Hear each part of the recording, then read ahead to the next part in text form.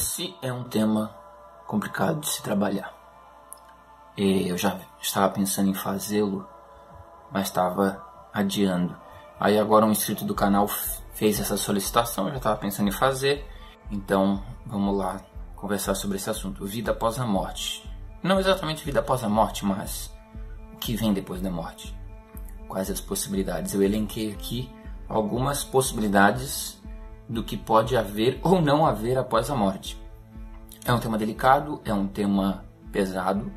Então, se você que está assistindo está passando por um momento delicado na sua vida, se você não está bem de espírito, recomendo que não assista esse vídeo, porque vou trabalhar aqui alguns assuntos delicados acerca da vida e da morte, né? Então, é para quem está com o pé no chão, assim, para poder encarar esses assuntos. Mas esse ano, 2018, foi um ano que eu refleti muito sobre esse assunto, né? Eu perdi duas pessoas muito próximas, né? O Carlos, grande amigo, faleceu. Depois a minha avó faleceu. Eram duas pessoas muito presentes na minha vida. E eu acompanhei os últimos momentos deles dois, né? Fiz o acompanhamento no hospital e basicamente estive do lado deles no momento derradeiro, né? Então, gera muitas reflexões. E aí é que vem a pergunta: o que acontece depois da morte? Eu elenquei aqui algumas possibilidades para a gente poder refletir. Primeira opção: ciclo de Sansara. Se a gente for remeter ao esoterismo e ao hinduísmo ou ao espiritismo crendo na reencarnação. Doutrinas que creem na reencarnação, então nós retornamos a este lugar em uma outra encarnação, né? Então, você morre e reencarna. Essa é uma possibilidade, até que não é das piores, é meio confortante, porque as outras são piores. A última opção é a pior de todas, eu deixei para o final. Mas essa é uma opção interessante, até porque não tem muito sofrimento, não tem muito desespero. Você morreu, você já renasce, você nem sente. Morrer, na verdade, é renascer. Então, no momento em que você morre aqui, você já automaticamente renasce num novo corpo, numa nova vida. Não sei se no planeta Terra ou em outro lugar, mas você renasce sem lembrar de nada e tudo continua normal numa nova vida. Segunda opção, o inferno. É uma construção feita pela realidade cristã, o conceito de inferno cristão. Então eu fico pensando, as pessoas que não tiveram contato com essa construção conceitual irão para o inferno cristão também? Sei lá, Pitágoras, que viveu há quase meio século antes do nascimento de Cristo, não teve contato com o desenvolvimento dessa forma de pensar medieval, né? Acho que até o próprio Jesus e as pessoas que viviam lá em Jerusalém não tiveram muito contato com esse conceito de inferno, de purgatório. Acho que, posso estar errado, mas eu acho que isso é uma crença que se desenvolveu durante a Idade Média, né, no evoluir do universo cristão. A ideia de um purgatório, a ideia de um inferno realmente, onde você vai pagar por todos os seus pecados eternamente e tal. Eu fico pensando, será que Pitágoras, que viveu meio século antes de Cristo, foi para o inferno cristão? Ele não teve conhecimento desse conceito. Ele não conheceu o conceito de diabo, de Satanás, ele não conheceu o conceito de inferno. O máximo que os gregos conheciam, por exemplo, era o conceito de Tártaro, né? Que apesar de ser semelhante ao inferno cristão, diverge em muitos pontos. Então, será que os gregos vão para o Hades, sob o domínio de Hades, que é irmão de Zeus, né? Um dos deuses do Olimpo, né? Na verdade, o Hades não é do Olimpo, mas que é o irmão renegado, né? Mas será que eles vão para o Hades? E os cristãos vão para o inferno? Será que isso de fato são realidades palpáveis? Eu fico pensando, é uma tribo no período paleolítico, sei lá, nunca teve contato com as concepções do inferno cristão. Essas pessoas vão para o inferno cristão? Não sei. Essa é uma dúvida que me pega. Talvez isso que se chama de inferno seja um pouco diferente. Por exemplo, talvez inferno seja um repetir do seu pior pesadelo, vamos supor assim, né? Imagine que você morre e você entra num sonho ou num pesadelo aonde a coisa que você mais tem medo, aonde a coisa que você mais... o maior sofrimento para você, você vai revivê-lo de forma eterna. Imagina a eternidade no pior sofrimento para sua pessoa. Isso seria uma espécie de inferno, né? Em oposição ao inferno temos o céu, ou seja, o paraíso. Em vez de ir para o inferno, dependendo das suas condutas em vida, você vai para o céu em vez de ir para o inferno. E no céu você vai viver ao lado de Deus eternamente. É uma opção confortável também, uma opção agradável, porque o retorno a Deus, né? Não um Deus energia, eu vou falar sobre Deus energia depois, mas o Deus pessoal, o Deus cristão, o Deus pessoal, um Deus que é alguém, é uma consciência, é uma persona, ou seja, não é uma energia impessoal, é alguém que pode lhe amar e pode ser amado. Esse Deus pessoal do cristianismo, né, seria o retorno a este Deus, onde você viverá eternamente ao lado desse amor incondicional. É uma opção também muito agradável viver contemplando esse amor incondicional ao lado de uma pessoa eterna e bondosa que seria Deus, né? O paraíso ao lado de Deus. Também temos a ideia de um Deus energia, né? Um Deus mais esotérico, vamos dizer assim, um Deus mais panteísta. Deus é na verdade o todo do universo. Deus não é alguém que transcende a criação. Deus é a própria criação. Deus é uma espécie de energia que está em tudo. É aquela coisa mais hermética, né? Puxando mais ali para o Kybalion, onde diz que o todo é mental. Então Deus, na verdade, é uma mente que perpassa todas as coisas. O próprio universo é consciente, essa consciência é Deus. Então quando você morre, a sua alma pessoal, a sua consciência individual, retorna para a consciência maior, né? Você retorna para o todo da coisa. Não é uma experiência pessoal, você não retorna para um amor de um Deus pessoal. Você retorna para uma grande massa consciente. Então é como se nós aqui vivêssemos nas nossas consciências individuais, e quando a gente morre, cada uma das nossas consciências retorna para essa consciência maior, para esse todo consciente. E qual é a sensação disso? Eu não sei qual é, né? Porque qual é a sensação de você fazer parte de uma consciência coletiva, ou seja, de uma consciência maior, né? Existe a percepção individual, é uma percepção coletiva. Qual é a sensação que você tem?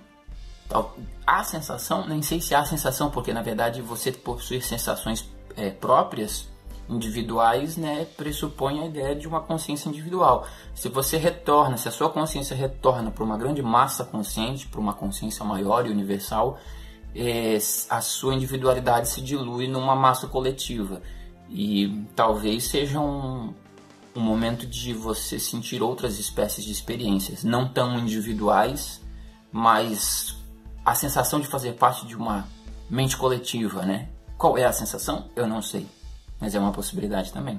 E por último, eu deixo a vocês a situação mais desesperadora, que é o nada da filosofia, a ausência de existência.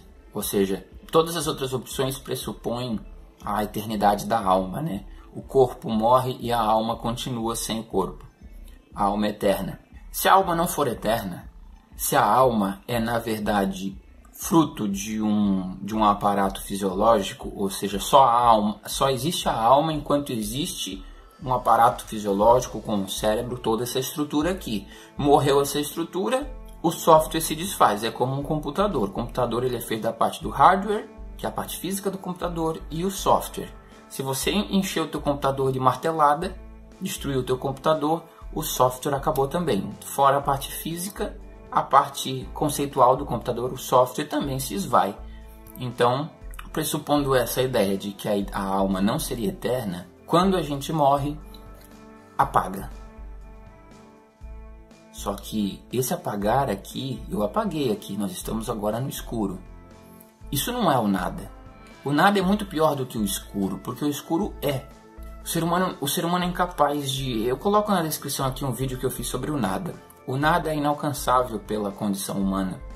Toda vez que você pensa no nada, na verdade você pensa em algo. Se eu te disser, feche os olhos e imagine você agora no meio do nada. Vamos fazer essa experiência, fecha o olho aí. Fechamos o olho, apaguei as luzes.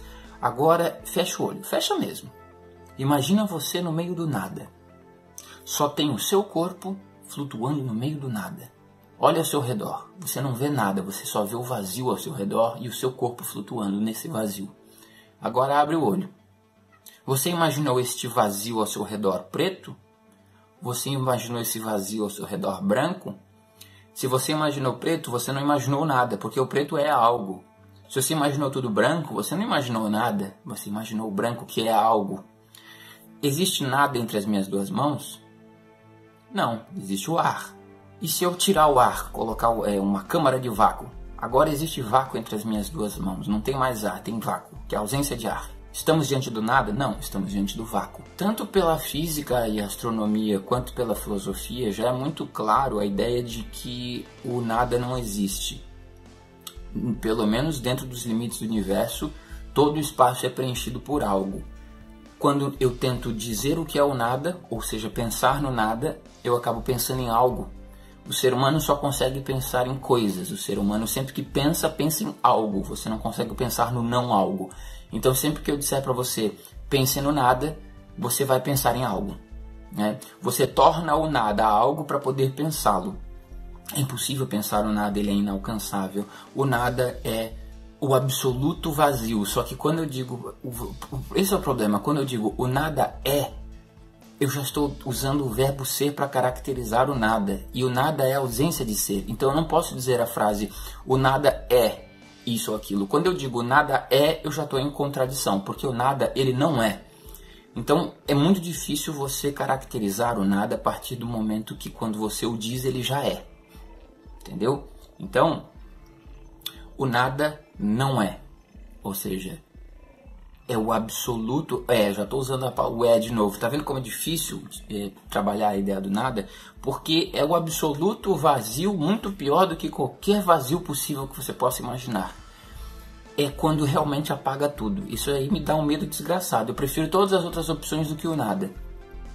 O nada, ele é desesperador, porque...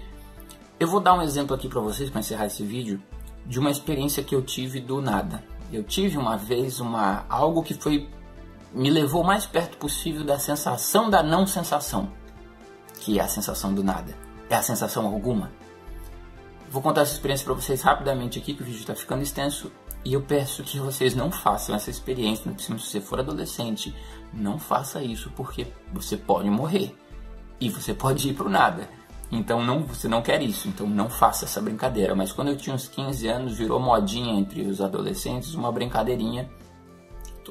Você já deve ter conhecido algo do tipo, mas era uma brincadeira idiota, no qual você agachava, ficava de cócoras, apertava o pescoço aqui e fazia a respiração 20 vezes para hiperventilar o cérebro, né? Então você... agachado, prendia o pescoço, hiperventilava durante 20 vezes e depois você levantava e desmaiava. Você fazia o quê? Uma indução a uma parada cardíaca, né? Se induzia uma parada cardíaca. Adolescentes fazendo merda, porque realmente alguém poderia morrer ali. E eu pensei, isso aí é brincadeira, isso aí não é palhaçada, não dá certo. Você não vai desmaiar por causa disso. E aí eu resolvi fazer, com os meus amigos em volta, um já tinha feito, outro já tinha feito, eu falei, vou fazer também. Agachei, hiperventilei, e levantei. A sensação foi a seguinte, eu levantei e fechei o olho e abri. Foi 1 milésimo de segundo. Eu simplesmente fechei o olho e abri. 1 segundo. E quando eu me dei conta, eu já estava no chão e os meus amigos falaram, você está há 5 minutos aí, desmaiado no chão. Eu falei, impossível, como é que 5 minutos é impossível, eu não posso estar há 5 minutos desmaiado no chão. Porque a sensação que eu tive foi de 1 milésimo de segundo. Na verdade, a sensação que eu tive foi a não sensação. Eu pulei o tempo, né? Quando eu fechei o olho e abri, para mim passou 1 milésimo de segundo, mas na verdade eu estava há 5 minutos desmaiado no chão.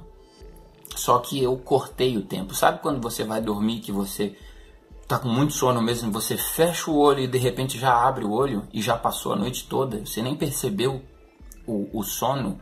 É mais ou menos essa sensação do nada. É a falta de sensação alguma. Você vai para um lugar que não é nenhum lugar, porque é o não lugar, é a não existência, é a não sensação, é o absoluto vazio existencial. Você não tem percepção de si, das coisas, de nada. Você simplesmente some e passa a não ser, né? Aqui a gente é. Depois da morte você não é. Ou seja, você apaga total. É desesperador. Então, melhor escolher uma das opções anteriores do que essa última, porque o nada é a pior opção, com certeza. Pelo menos eu acho. Espero que vocês fiquem em paz. Esse é um tema meio complicado, né? Remói um pouco a gente por dentro, mas às vezes é necessário discutir, certo? Um abraço e até o próximo vídeo.